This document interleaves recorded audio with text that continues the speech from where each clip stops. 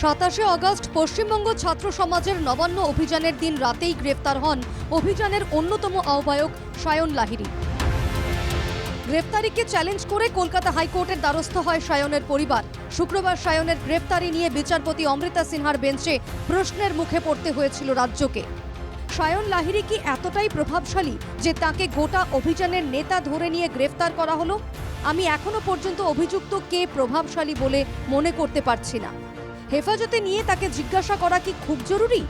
এ ধরনের গ্রেফতারি করে প্রতিবাদীদের স্তব্ধ করার চেষ্টা হচ্ছে না তো? পাল্টা রাজ্যের যুক্তি ছিল সায়ন লাহিড়ী প্রভাবশালী, তাকে গ্রেফতার করা প্রয়োজন ছিল। নবান্ন অভিযানের নামে পুলিশকে মারা হয়েছে, পুলিশের গাড়ি ভাঙা হয়েছে, সাধারণ মানুষের গাড়ি ভাঙা হয়েছে, পুলিশ কর্মীদের প্রাণনাশের চেষ্টা করা হয়েছে, সরকারি সম্পত্তি নষ্ট করা হয়েছে।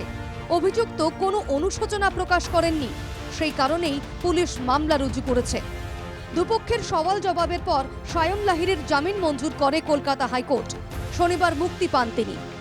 আমরা সরকার পক্ষের বিরুদ্ধে নেমেছিলাম, তাই বিভিন্ন দমনপীড়নমূলক নীতি আমাদের ওপর চাপানো হয়েছে, কিন্তু তারপরেও মহামান্য হাইকোর্ট যে রায় দিয়েছে সেটি আমাদের পক্ষে দেওয়ার জন্য আমি চিরকৃতজ্ঞ।